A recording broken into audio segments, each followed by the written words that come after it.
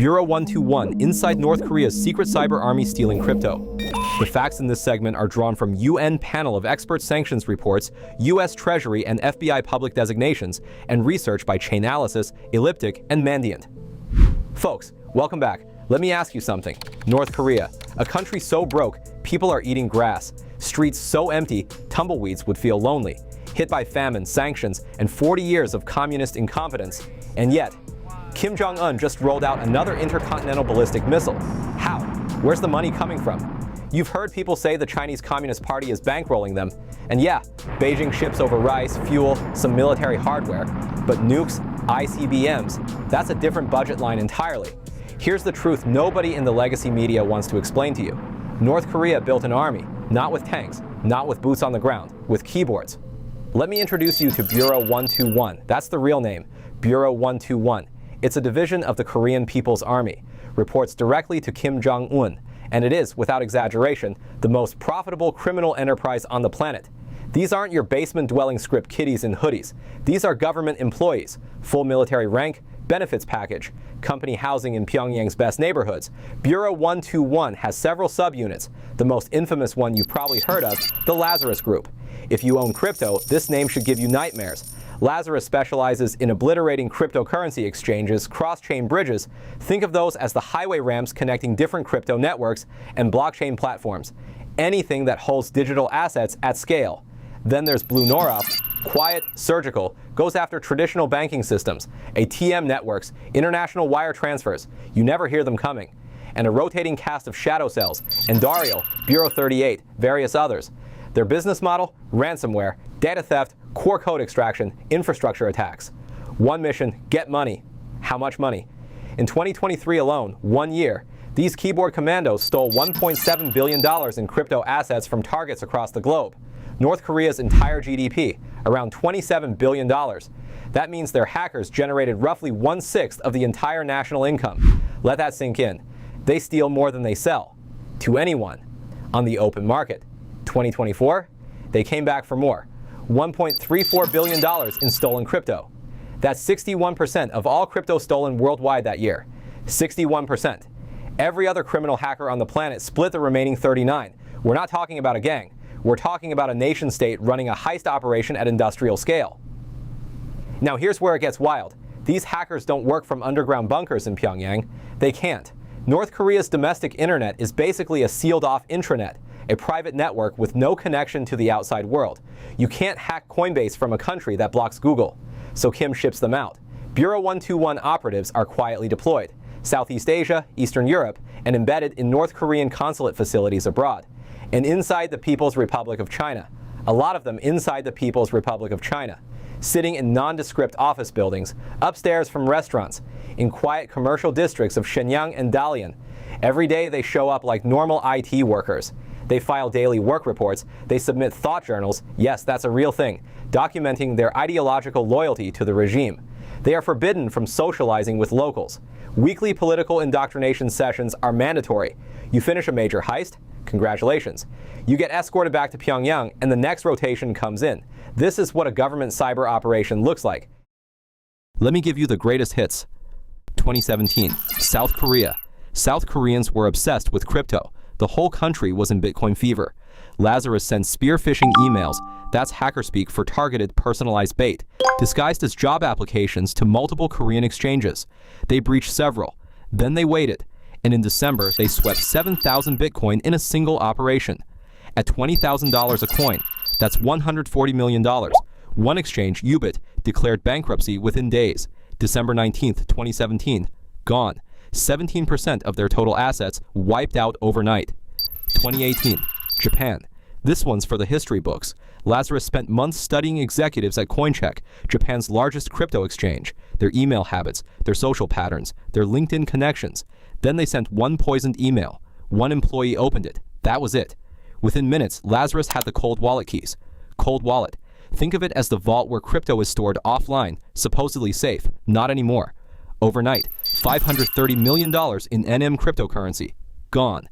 Japan's financial services agency was so rattled they completely overhauled national crypto regulations from scratch. 2022, Axie Infinity / Ronin Network. a Vietnamese team built a blockchain game that went globally viral. Hundreds of millions in assets sitting in its underlying infrastructure, a system called Ronin Network, which acted as the bridge moving money in and out of the game. Lazarus created a fake LinkedIn profile posing as a recruiter from a prestigious international headhunting firm. They approached a senior engineer on the development team. Weeks of messages, built trust, then sent him a PDF. Offer letter, compensation and terms. He opened it on his work computer. In that single click, remote access malware tunneled silently into Ronin's validator nodes, the gatekeepers that approve every transaction on the network. Within an hour, $620 million in crypto assets, gone. The single largest crypto theft in history. That record still stands today. Now you might ask, blockchain transactions are public. Every transfer is on a public ledger anyone can see. So how do they cash this out without getting caught? 3 steps. Textbook. Step 1. Within the first hour, convert everything into privacy coins. Monero, obscure altcoins, currencies specifically designed to hide transaction trails. Then auto-split the assets across thousands of randomly generated anonymous wallets, running constant chaotic microtransactions. The goal, burn the trail so fast that automated tracking systems lose the scent. Step 2, the critical one, run everything through a mixing service. Tornado Cash, Blender, Chip Mixer. Here's how mixing works. Imagine 1,000 people standing around a giant pool. Everyone throws in $100 worth of coins. They're all stirred together. Then everyone reaches in and pulls out $100. The total value is unchanged. But now, your $100 is completely indistinguishable from everyone else's. Legal money and stolen money, blended together, technically untraceable. Even the FBI's top forensic accountants cannot definitively trace the origin of funds after a proper mix. That's not an opinion. It's why the U.S. Treasury sanctioned Tornado Cash in 2022. It was that effective. Step 3. Funnel the cleaned assets through underground over-the-counter brokers operating in Russia, inside the People's Republic of China, and across Southeast Asia, outside Western regulatory reach, often protected by local authorities. Convert to USDT, a dollar-pegged stablecoin, essentially digital dollars. Then through shell companies and underground money transfer networks, out comes actual cash. Dollars, yuan, euros. Clean, spendable, untraceable. The digital world's most wanted money just became legal tender. So how do we know it's North Korea? Because, and I love this part, they can't help themselves.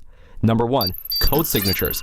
Like a serial killer's MO, their malware consistently reuses specific underlying code components, specific exploit techniques, specific relay server infrastructure. Over years of investigation by firms like Chainalysis and Mandiant, the fingerprints became unmistakable. You can change your username. You can't change how you think. Number 2, they take Beijing's holidays off. Researchers tracking a North Korean hacking campaign noticed something strange. A perfect 3-day blackout. All attack activity stopped cold.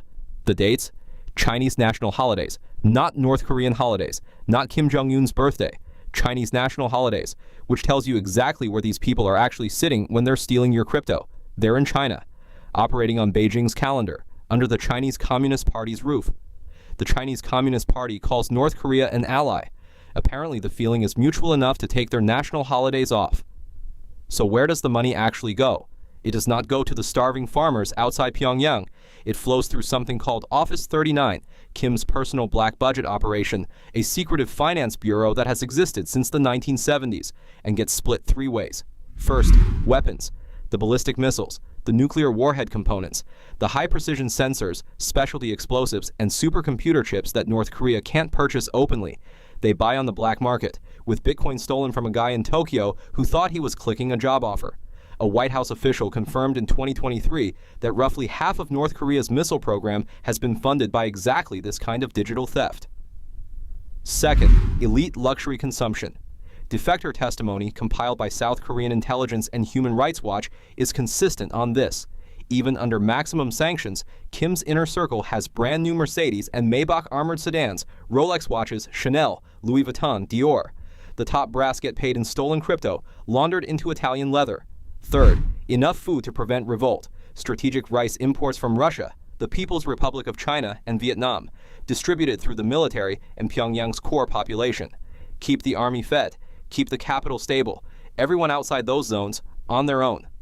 Now, June of this year, Xi Jinping traveled to Pyongyang. Of course he did. Understand the dynamic here. The Chinese Communist Party thinks it owns North Korea, has for 70 years. Beijing looks at Kim and thinks, our strategic buffer, our loyal little brother, our card to play against Washington. But here's what the Chinese Communist Party's leadership conveniently forgets. In 1957, Kim Il-sung purged the pro-Chinese faction from the Korean Workers' Party, while Chinese Communist Party troops were still stationed on North Korean soil. The Chinese Communist Party found out after the fact. Mao's response? He publicly praised Kim for it, because he was that afraid of the blowback. 3 generations of Kims, 3 generations of playing the Chinese Communist Party like a fiddle. Oh, and one more thing Beijing keeps choosing to ignore. North Korea removed communism from its own constitution. 1972. Quietly dropped Marxist-Leninist language. 2009. Scrubbed every single reference to communism from the entire document. Not one word left. North Korea is not a communist state. It is a hereditary monarchy with a nuclear weapons program funded by crypto heists. But the Chinese Communist Party still sends the rice, still runs diplomatic cover at the UN Security Council, still pretends the Kim regime is a fellow traveler in some shared ideological project, because the Chinese Communist Party needs that buffer state more than Kim needs Beijing. Kim knows it, his father knew it, his grandfather knew it, and that 40-year-old in the Mao suit with the distinctive haircut, he knows it too. So the next time someone tells you North Korea is just a backward, isolated, impoverished regime that's no real threat, tell them about the $1.7 billion. Tell them about the engineer who clicked a PDF. Tell them about the hackers taking Chinese Communist Party holidays off while robbing Japanese banks. And ask them, if a starving country can fund nuclear weapons with stolen Bitcoin, what exactly are we doing about it? That's the story. I'm glad you're here. Stay sharp.